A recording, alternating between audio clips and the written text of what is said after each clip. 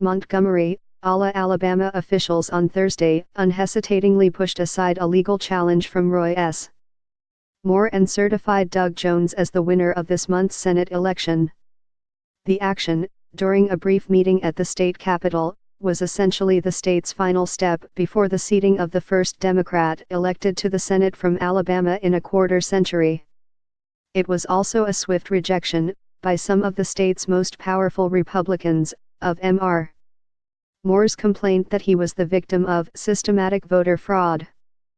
Mr. Jones's margin of victory was 21,924 votes with more than 1.3 million ballots cast. The certification leaves Mr. Moore, 70, a former Chief Justice of the Alabama Supreme Court whose campaign faltered partly because of allegations of sexual misconduct against teenage girls, with almost no avenues to derail Mr. Jones's ascension to the Senate. The election aftermath followed a familiar pattern for Mr. Moore, who in the past has been eager to declare victories and pronounce grievances but loath to concede defeats. To this day, Republicans note, Mr.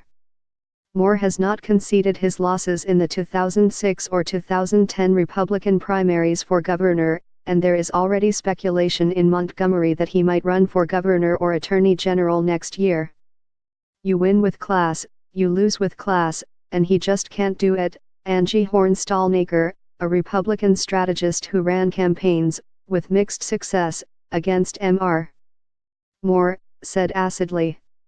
Before the results of the December 12 special election were certified, Mr. Moore and his campaign left little doubt about their assessment of the vote. In a lawsuit filed in a state court late Wednesday, Mr. Moore, who denied the allegations of sexual impropriety, complained that pervasive fraud had tainted the election, and that the Alabama authorities had inadequately investigated potential misconduct. But Mr. Moore found himself aligned against Democrats and Republicans alike. Secretary of State John H. Merrill, a Republican who voted for Mr. Moore, said he had found no evidence of endemic fraud and refused to postpone certification proceedings.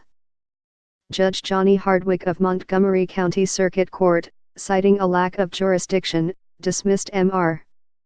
Moore's complaint minutes before the vote was certified.